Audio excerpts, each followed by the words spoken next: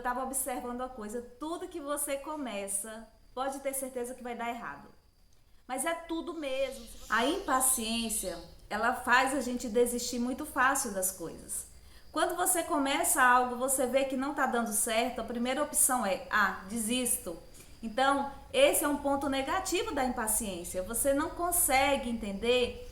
Gente, eu estava observando uma coisa, tudo que você começa, pode ter certeza que vai dar errado.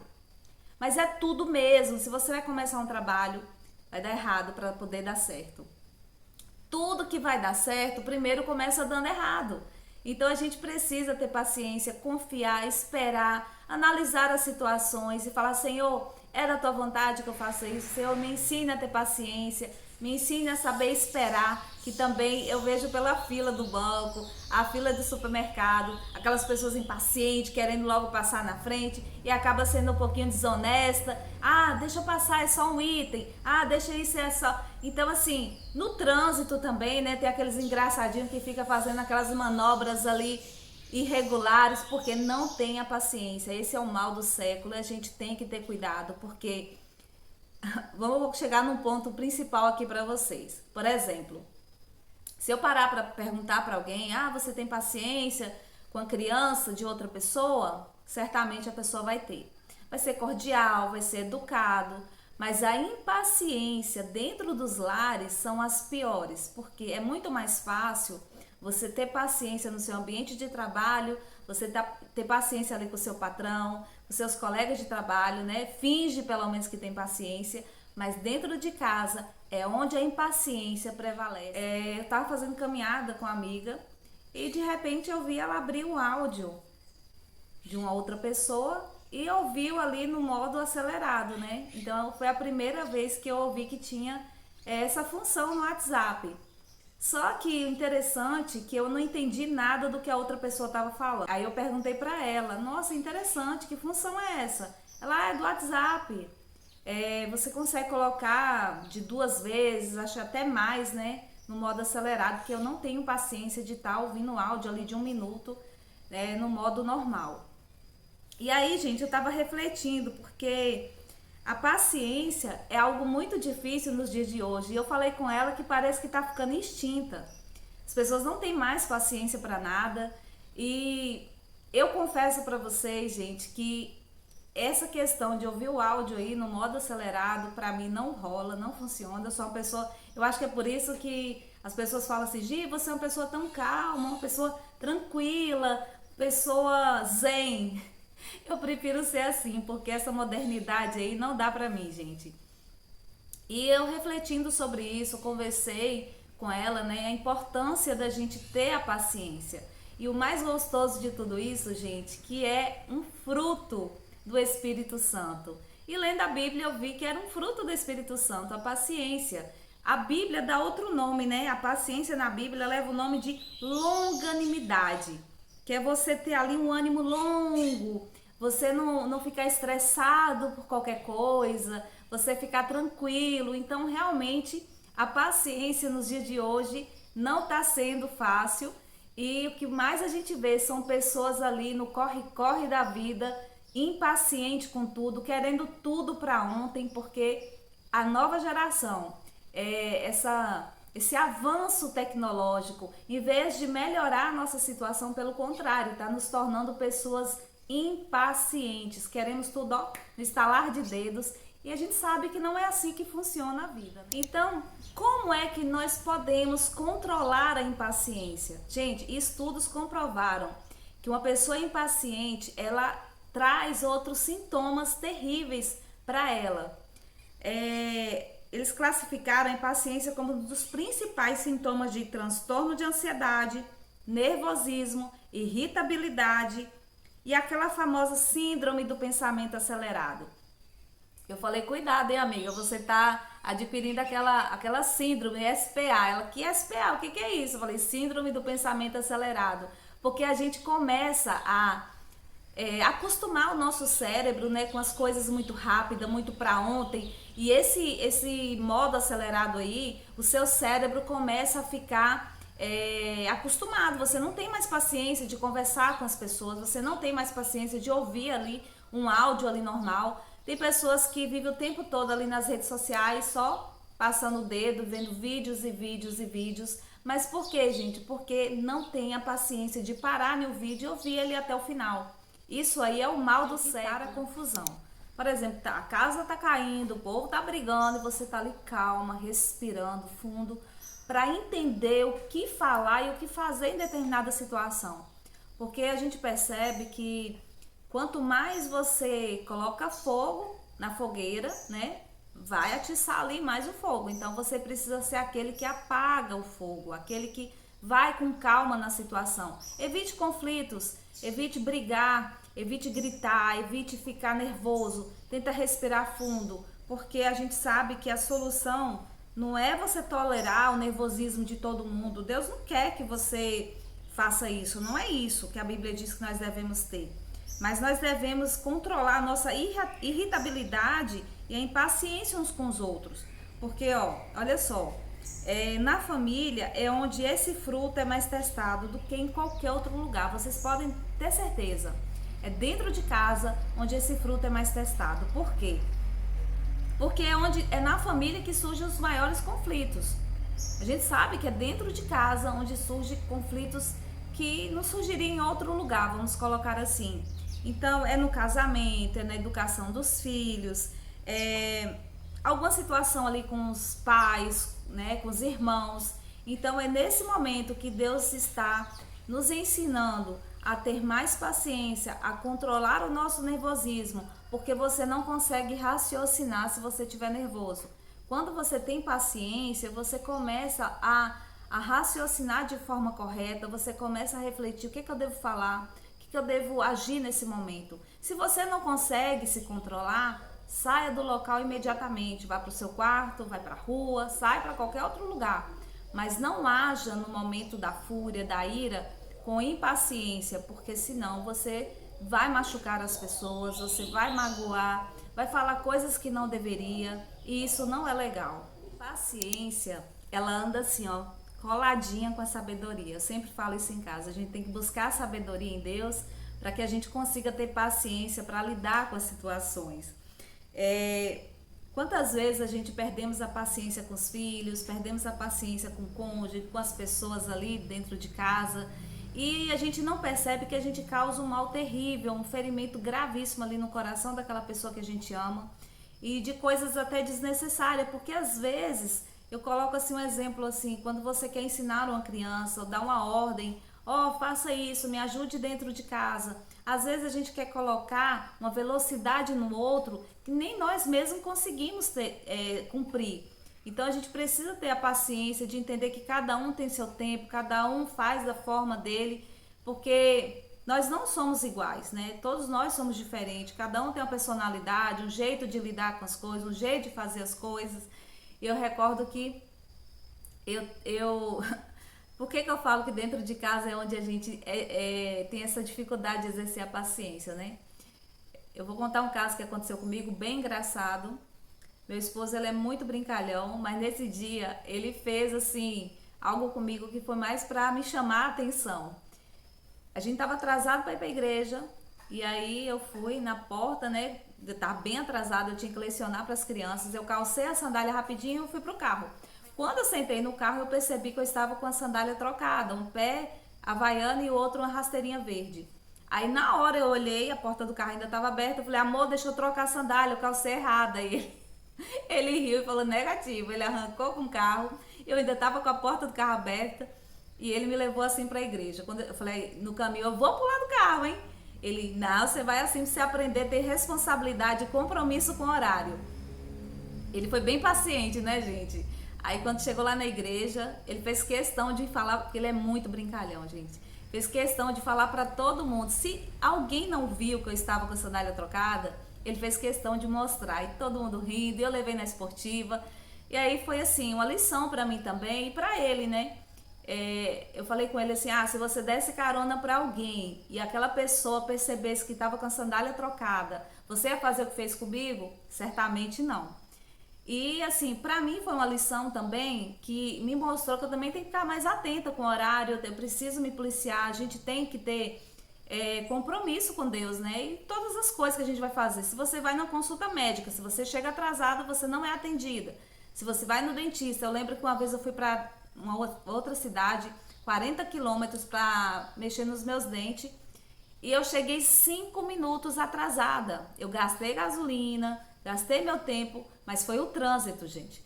Quando eu cheguei lá, o médico não me atendeu, o dentista. Ele falou, não, porque eu tenho outros pacientes e eu não vou tolerar atraso. Cara, aquilo ali acabou comigo. Eu falei, gente, meu esposo perdeu um dia de serviço para me trazer e esse dentista, com 5 minutinhos, não quer me atender. E ele é assim, eu já fui avisada.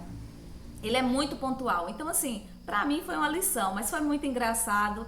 Isso fez a gente refletir e aprender, né, gente? Porque, infelizmente, se a gente não buscar sabedoria em Deus, a gente acaba maltratando aqueles dentro de casa, a gente acaba sendo injusto muitas vezes.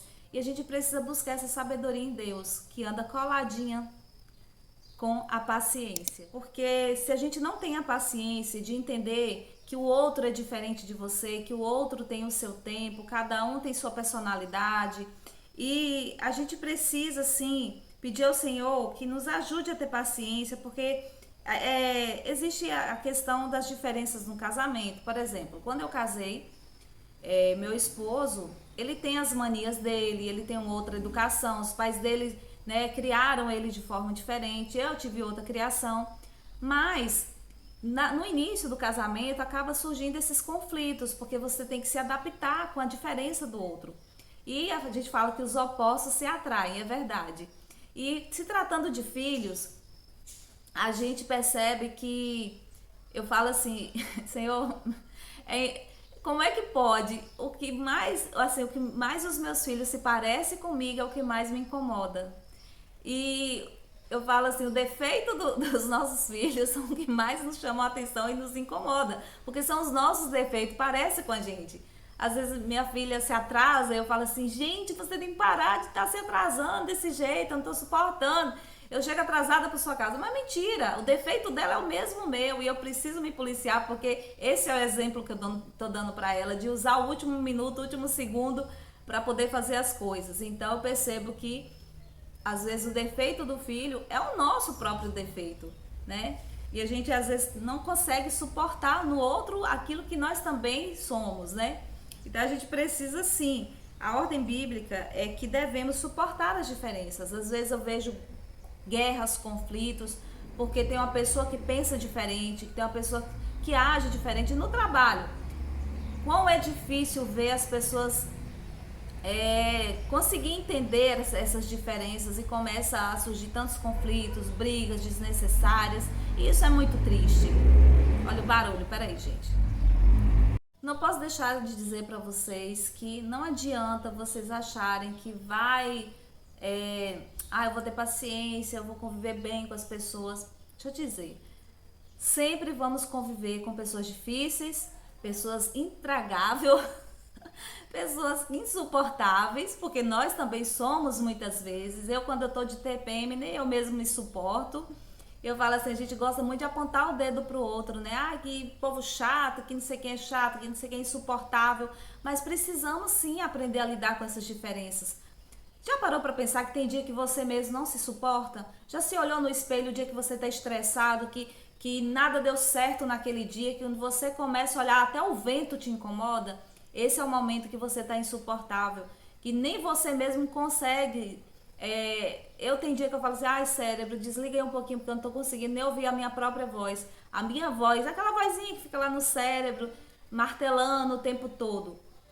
Eu de TPM, então, eu sou a pessoa mais estressada que existe, mas eu tento me controlar, porque a outra pessoa não tem culpa do que você tá passando, a outra pessoa não tem que estar recebendo essa carga negativa porque o seu dia não foi bom, porque você teve problema no trabalho, porque você surgiu, né, algum emprego, ou porque você está sentindo dor. A outra pessoa não tem culpa. Então a gente precisa sim, né, suportar as diferenças, que ninguém é igual a ninguém. E essa é a beleza da vida. Saber que as outras pessoas são diferentes, que Deus fez cada um com sua característica, com sua personalidade. Todo mundo é diferente. Nós precisamos amar as diferenças e respeitar. Ter paciência, a gente precisa orar, pedir essa paciência ao Senhor, porque A oração, ela é o melhor remédio para a paciência. Gente, a oração, ela faz a gente ter paciência de esperar as coisas no tempo de Deus.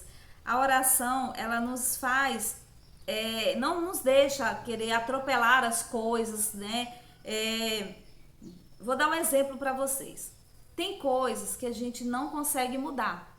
Tem coisas na nossa vida que não depende da gente. Então a gente precisa orar e pedir paciência.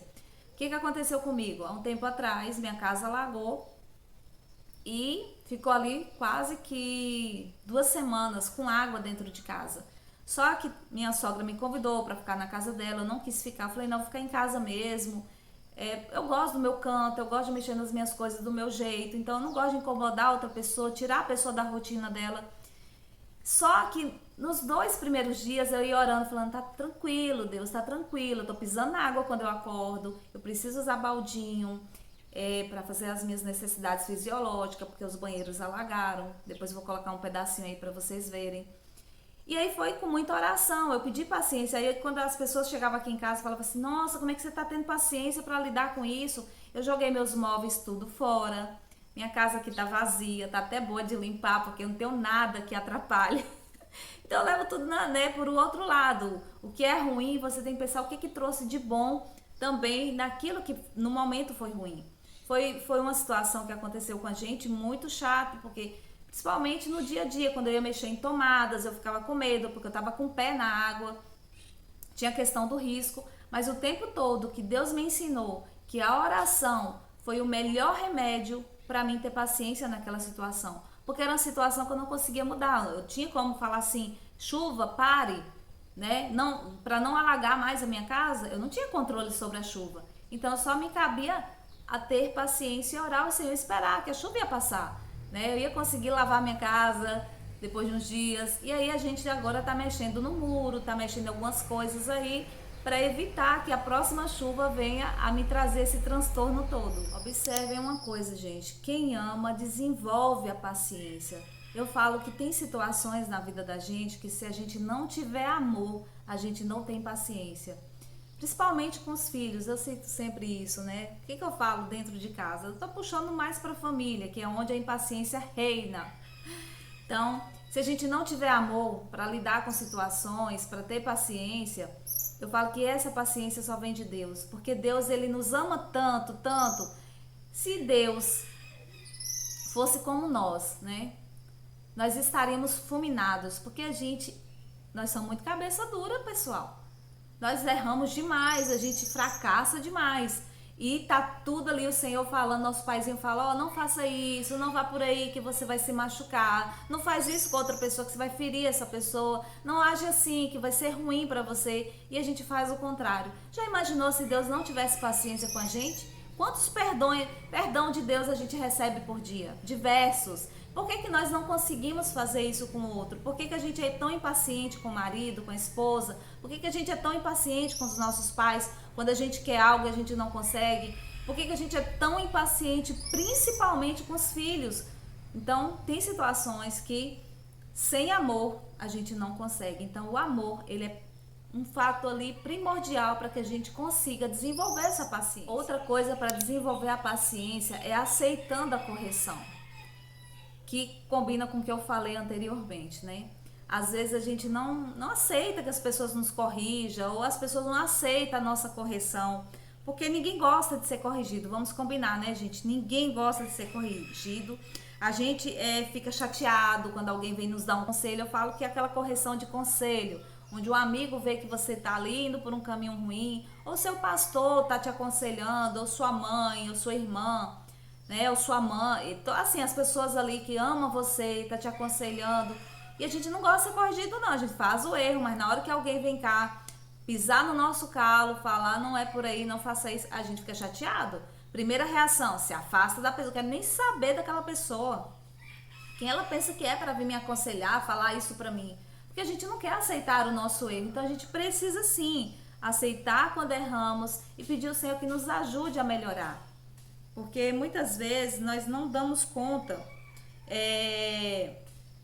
de perceber o nosso erro sozinho. É muito mais fácil quem está de fora observar nossas falhas e nos ajudar a melhorar, do que quem está na situação. Quem está na situação parece ter uma cegueira muito grande. Observe outra coisa, pessoal. O quanto nós somos impacientes na questão da mudança do outro. Por exemplo, eu sempre falo aqui em casa, meus filhos, eles estão melhorando a cada dia, né? Você orienta, não deixe roupa no chão, dê descarga aí no banheiro, para de deixar prato à toa, quando comer leva pra pia. Só que às vezes a gente percebe que a gente fala isso muitas e muitas vezes durante vários dias. Só que aquela pessoa, ela começa a mudar aos poucos. Hoje ela não deixou roupa no chão, mas só que ela deixou o prato na pia. E aí você fala assim, tá vendo? Você não muda nunca, você não tem jeito. Mas a gente não percebe as pequenas mudanças do outro. Então, até mesmo no relacionamento, né, no casamento, às vezes o marido se esforça ali para te agradar com alguma coisa, ele começa a melhorar e a gente não celebra, sabe? As pequenas mudanças, as pequenas conquistas. Isso é muito ruim, porque isso faz com que o outro desista de melhorar, desista de continuar. Então, a gente precisa se policiar muito nisso aí também, aceitando a correção, principalmente de Deus. Senhor, me corrija. Eu já acordo de manhã e falo assim, Senhor, o que eu preciso renunciar hoje para que a sua glória resplandeça sobre a minha vida? Senhor, o que eu preciso fazer hoje para agradar o coração do Senhor? O que eu preciso fazer? O que eu preciso aprender hoje? A gente sempre aprende uma coisa nova. Então, aceite a correção do Senhor, quando Ele diz que você está muito nervoso com seus filhos, quando você está sendo injusto aí com seus pais, quando você quer uma coisa e os seus pais não podem te dar e você fica ali irado e começa a falar coisas que não deveria. Então, comece a aceitar a correção quando seu pai e sua mãe dizem assim, meu filho, não faz isso, que isso vai ser ruim para você, mas você não aceita a correção porque acha que seu pai já está ultrapassado, sua mãe já está ultrapassada, a sua geração é outra, vocês têm uma outra forma de ver a vida. Comece a aceitar a correção, porque vocês vão ter muitos benefícios e vão aprender sim a ser pessoas mais pacientes. Outra coisa importante, a gente precisa, é seguir bons exemplos. Eu acho que essa é a frase que eu mais falo aqui em casa com os meus filhos. Sigam bons exemplos. Eu falo assim, olha, se eu estiver fazendo alguma coisa de errado, não siga meu exemplo, siga exemplo de Cristo. Mas se eu estou seguindo o exemplo de Cristo, siga o meu exemplo. Porque existem pessoas ali que te influenciam, tanto para o bem quanto para o mal. Tem muita coisa que às vezes meu esposo fala assim, olha filha, isso você parece com a sua mãe, esse comportamento você parece com a sua mãe. Então assim, tem muita coisa que eu trouxe da minha mãe sem perceber, no meu dia a dia, no meu jeito de falar, no meu jeito de cobrar as coisas, até mesmo no jeito de dormir. Ele fala que eu pareço com a minha mãe. Então siga bons exemplos. E também observe aquele exemplo ruim daquela pessoa que você não traga para sua vida. Você fala, isso aqui é um exemplo que eu não quero para mim. Então também serve de exemplo, mesmo que seja para não fazer aquilo. Eu falo com meus filhos também, observe com quem você anda. Porque às vezes você é um pouquinho daquela pessoa. Você anda com uma pessoa que tem um vocabulário ali pesado, que fala besteira, que não sai nada de bom da boca daquela pessoa. Sem perceber, você pega ali uma fala daquela pessoa e está falando. Então, por isso que a gente tem que se policiar assim, tentar seguir bons exemplos. E o maior de todos os exemplos que a gente deve seguir é o de Jesus Cristo, gente, que foi paciente até a morte de cruz. Jesus, ele teve tanta paciência, ele teve tanto amor. Vamos seguir o exemplo de Cristo, siga o exemplo aí de seus pais, que estão te ajudando, né, em alguma coisa. Então, eu trago isso para dentro de casa, eu falo, me diga, tem aquele ditado, né, me diga com quem tu andas, que eu direi quem tu és. Tem gente que fica irado, que nada, eu sou assim, ninguém vai me influenciar, né? Eu falo pelos jovens, os adolescentes aí, influencia sim. Não fique achando que você é o dono da verdade, que você tá ali blindado. Não, influencia sim. Comece a mudar ali o convívio com outras pessoas para você ver. Conviva com pessoas que vivem ali lendo bons livros, que gostam de conversar sobre coisas assim mais cultas, e comece a conviver com aquelas pessoas que só vivem assistindo videozinho bobo. Gente, é notório, a gente vai absorver sim. Conviva com pessoas que te trazem benefícios para a sua vida.